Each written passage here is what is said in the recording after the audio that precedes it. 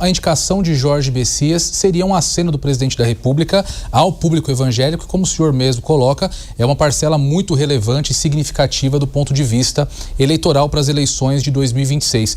Como o senhor encara essas críticas que começam a aparecer no sentido de que, mesmo sendo um evangélico, o possível futuro ministro Jorge Messias não votaria nas causas do Supremo Tribunal Federal de acordo com os valores evangélicos, mas assim de acordo com aquilo que seria o entendimento jurídico desses políticos da ideologia da qual ele congrega em pautas importantes, por exemplo, como descriminalização de drogas, aborto.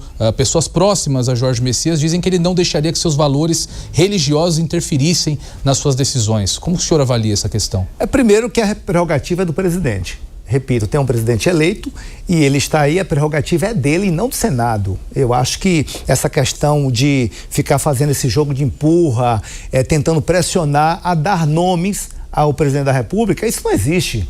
O presidente é quem escolhe. Se ele escolher o Jorge Messias, ok. Se escolher outro, nós vamos apoiar também. Entretanto, o que nós conseguimos enxergar no Jorge Messias, ele é nascido na igreja, diácono da Igreja Batista, é um conservador. Se você observar, há essa preocupação lá na indicação do ministro André Mendonça, comentavam-se as mesmas coisas.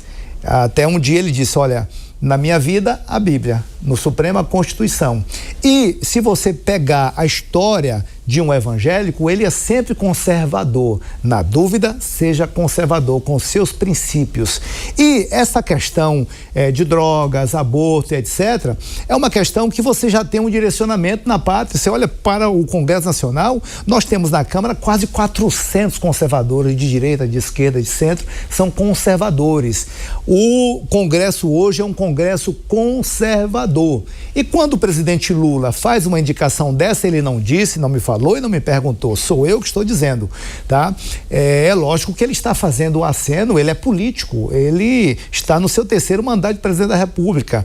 Ele não disse isso, não faturou isso, mas é óbvio que quando ele coloca alguém como o Messias, em primeiro lugar, Messias é extremamente preparado. Muito preparado, é capaz deste cargo, está em um cargo relevante na nação, que é quem advoga no geral da União. Ele já tem experiência de outros momentos do seu próprio concurso, é um concursado, é alguém extremamente preparado que é evangélico. Então, esse é o primeiro ponto. É alguém que é extremamente preparado e que é evangélico. Eu acredito que o presidente, com a sua inteligência, está aí unindo os dois lados, mas, em especial, o que eu senti, que a indicação de Jorge Messias é pelo preparo que ele tem. E é óbvio que em uma pauta dessa, ele vai ser conservador. Maria. Bom, boa noite, deputado. Bem-vinda, viu? Obrigada, é um prazer estar aqui. Bom recebê-la aqui, Maria, pela primeira vez no nosso Direto ao Ponto. É verdade, é um prazer estar aqui hoje, conversar com o senhor. A minha pergunta é mais ou menos no sentido do que os meus colegas trouxeram. Vemos um país onde você mesmo colocou, 40% da população é evangélica, mas esses 40%, a grande maioria, eu diria que 35% desse compilado, que seria 95% desse público evangélico, se alinha ideologicamente mais à direita. E a gente vive num país extremamente polarizado e, como a gente indicou aqui, o presidente Lula está acenando para esse público porque é um eleitorado extremamente popular que traz votos e a gente não tem como negar a pauta das eleições do ano que vem. Nesse sentido, eu queria ouvir do senhor de como é que a esquerda vai conseguir ter uma capilaridade maior dentro dessa pauta ideológica do público evangélico, que é mais alinhada de fato com a direita. Como é que vocês vão conseguir aí eliminar certos tabus, porque de fato é o que é. Então não tem como a gente negar isso. Olha só, vamos falar retroativo aqui. Se a senhora, os senhores lembrarem da nossa idade, acho que a gente que está próximo à idade um do outro, a gente não viveu alguns momentos, mas a gente ouve falar e conhece a história que nós estudamos.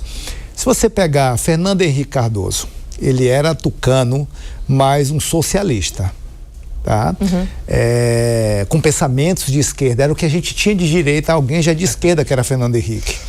Se você olhar para o Serra, também o mesmo sentido o Serra foi governador, foi candidato a presidente da República, foi ministro da Saúde, e que ali teve nas suas pautas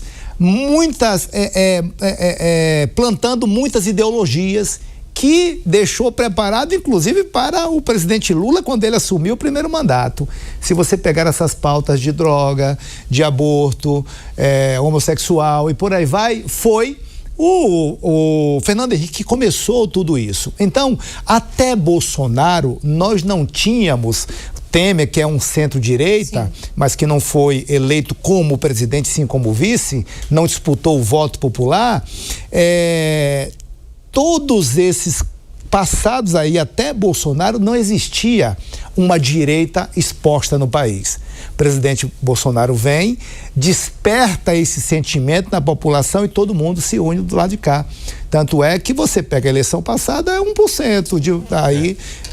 As próximas eleições se desenham do mesmo jeito, de 1%, 2% para um lado ou para outro. Ninguém sabe quem vai ser o próximo presidente da República. Então, esses dois lados querem, de fato, dialogar com esse público, com essa parte da sociedade que também é brasileiro. Tem muitos donos de partidos aí que acham que nós somos cota, nós somos brasileiros, a gente paga imposto, a gente emprega, desemprega e por aí vai. E os seus líderes, os líderes religiosos, têm o dever de direcionar o seu público ali para onde deve ir, porque nós temos os nossos valores. Repito, o Congresso Nacional é um Congresso conservador. Significa que quem estiver de um lado mais conservador tem possibilidade de ganhar a eleição. Não que seja o Lula ruim ou que seja Tarcísio ruim, o Bolsonaro, não. São os valores, que é o que mais é pregado hoje. Os valores é o que essa população quer saber. Laura, bem-vinda.